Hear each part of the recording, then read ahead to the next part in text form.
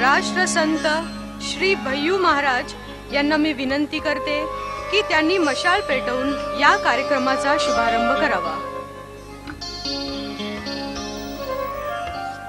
राष्ट्रसंत भय्यू महाराजांना अशी विनंती आहे की या कार्यक्रमाचा शुभारंभ अगदी वेगळ्या पद्धतीने म्हणजे ही या मंचाच्या समोर ठेवलेली मशाल पेटवून त्यांनी करावा।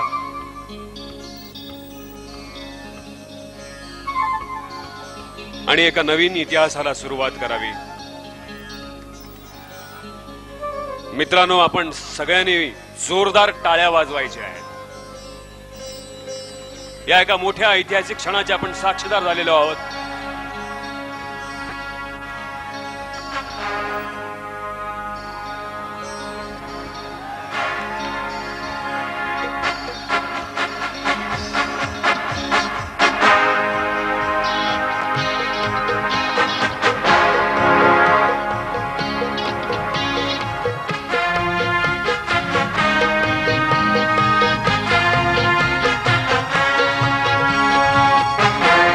मराठी बांधवांनी जोरदार टाळ्या वाजवून या ऐतिहासिक क्षणाचे आपण साक्षीदार दाखवायचे आहे।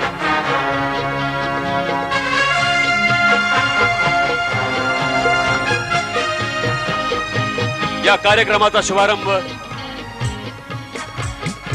आदरणीय भय्यू महाराजांच्या हस्ते झालेला आहे।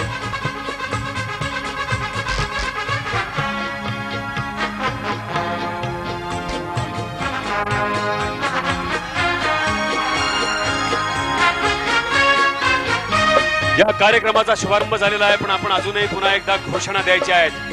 छत्रपती शिवाजी महाराज की, छत्रपती शिवाजी महाराज की, राष्ट्रमाता जिजाऊ की जय।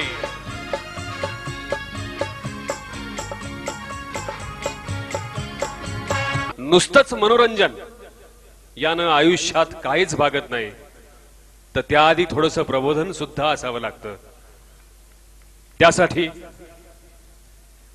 मराठी समाज वसा आणि आव्हाने या विषयावर विचारपुष्प सादर करायला येत आहेत प्राध्यापक नितीन बानुगडे पाटील। जोरदार टाळ्या वाजवा मित्रांनो यासाठी। प्राध्यापक नितीन बानुगडे पाटील हे खास आपल्यासाठी रहमतपूर साताराहून आलेत। भौतिक शास्त्राचे प्राध्यापक आहेत। यांची आणखीन एक ओळख म्हणजे शंभूराजे या छत्रपती संभाजीराजांवरील भव्य महानाट्याचे ते लेखक दिग्दर्शक आहेत।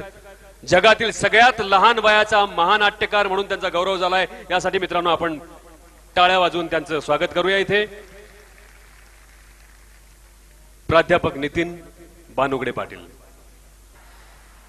मराठ्यांना उभा राहायची सवय आहे हे मला माहिती आहे, पण उभा राहण्याचा काळ नुकताच येऊन गेलाय, त्यामुळे आता बसलं तरी काही हरकत नसावी।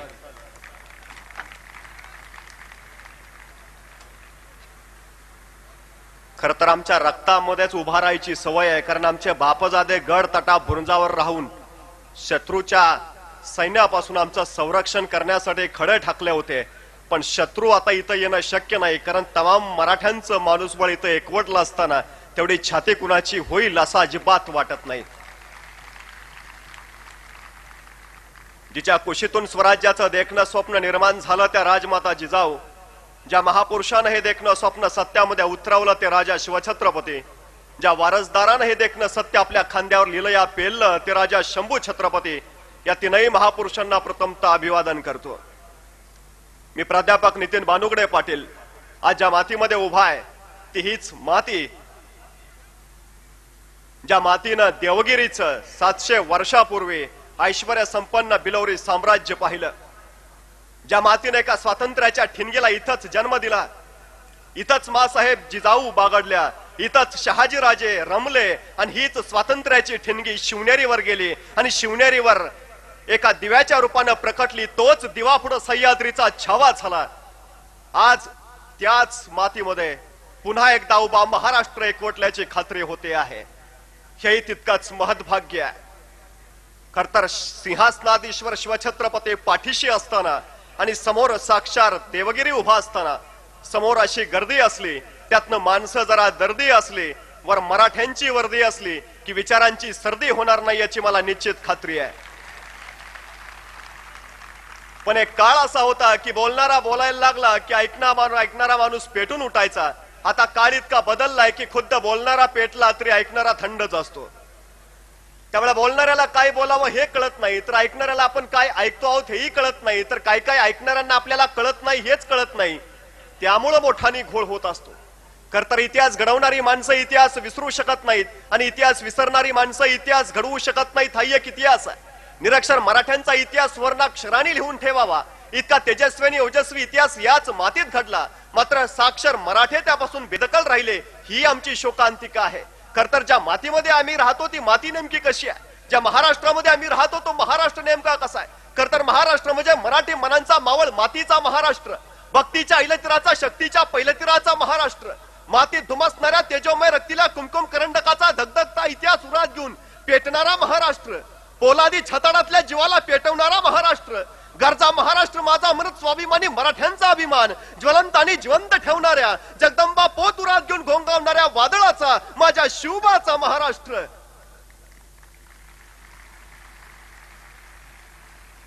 पण हाच महाराष्ट्र पौडला होता निश्चित निश्चित निराश ग्लानी आल्यासारखा. नव्हता शिवधर्माचा अभिमान की नव्हता स्वराज्याचा स्वाभिमान.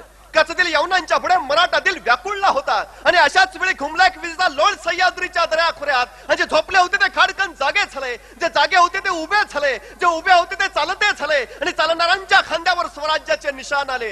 हे राज्य व्हावं ही स्त्रींची इच्छा दौडू लागली, मोहीम फत्तेच्या इशारती उडवू लागली आणि 750 वर्षानंतर या महाराष्ट्रातला तमाम माणूसबळ एकवटलं जाऊन तळहातावर गर्दन पेलून ठामपणे उभा राहिलं आणि रायगडावर 32 मनाचं सोनेरी सिंहासन साकार झालं. लोककल्याणकारी रयतेचं राज्य स्थापून शिवकल्याण राजा शिवबा छत्रपती झाला.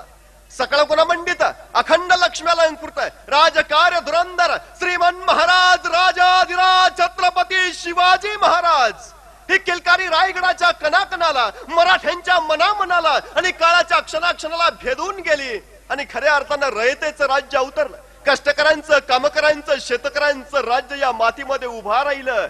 हा शिवबा हे सगळं उभा करता झाला. ते हातामध्ये तलवार घेऊन नाही, हातामध्ये या माणसांनी पहिल्यांदा सोन्याचा नांगर घेतला. माणसांची जमीन नांगरली, तितकीच माणसांची डोकी सुद्धा नांगरली आणि खऱ्या अर्थाने शेतकरी उभा राहिला. शेताच्या बांध्यावर पाखरांना गोपनीला भिरभिरून लावत असताना याच शिवबानं उभा केलं. त्याच शेतकऱ्याला हातावर तीच गोपन घेऊन पण पाखरं हकलायला नाही, या मातीवर अत्याचार करणाऱ्या सैतानांना हकलून द्यायला आणि शेतकऱ्यांच्या मनामध्ये बळकटी आली.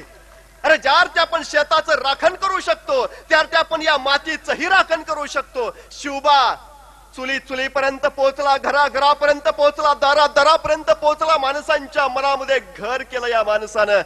आजही इथं जन्मलेल्या आमच्या मुलाला सांगावं लागत नाही शिवाजी महाराज कोण होते. जन्मताच इथली माती त्याच्या भाळावर जणू शिवछत्रपती हे नाव कोरूनच ठेवते आणि मग छत्रपती शिवाजी महाराज की हे नाव ऐकायच्या आधीच त्याच्या ओठातून जय कधी बाहेर पडतं हे त्यालाही कळत नाही. आज अथंग समुदाय समोर आहे, त्या शिवछत्रपतींचा नामघोष इथं चालू आहे. पण याच्या पाठीमागं नेमकं काय आहे? शिवछत्रपतींनी उभ्या आयुष्यामध्ये एकच वसा पेलला, तो वसा आहे माणूस जोडण्याचा. मी आवर्जून सांगतो, मुलगा आणि वडील होते, वडिलांना काहीतरी काम करायचं होतं, मुलगा काम करू देत नव्हता, सारखा त्रास द्यायचा. वडिलांच्या लक्षात आलं मुलाला कुठल्या तरी कामात गुंतवलं पाहिजे, त्याशिवाय मला काम करता येणार नाही. समोर एक जगाचा नकाशा पडला होता. वडिलांनी हातात घेतला, टरा फाडला, 10-12 तुकडे केले, मुलाच्या हातावरती ठेवले आणि त्याला सांगितलं सगळा नकाशा पुन्हा जोडून टाक आणि मगच माझ्याकडे. वडिलांना खात्री होती नकाशा जोडायला मुलाला अर्धा तास लागेल आणि तेवढ्या वेळात आपलं काम उरकून पुरं होईल. मुलगा नकाशा जोडायला बसला, वडील कामाकडे गेले, पण कामापर्यंत पोहोचतायत न पोहोचतायत तोच मुलगा जगाचा नकाशा जोडून घेऊन आला. बाबा नकाशा जोडून झाला. वडिलांना आश्चर्य वाटलं, इतक्यात नकाशा कसा काय जोडला? त्याने विचारलं इतक्यात कसं काय जमलं तुला? मुलानं उत्तर दिलं, बाबा तुम्ही ज्या नकाशाचे तुकडे मला दिले होते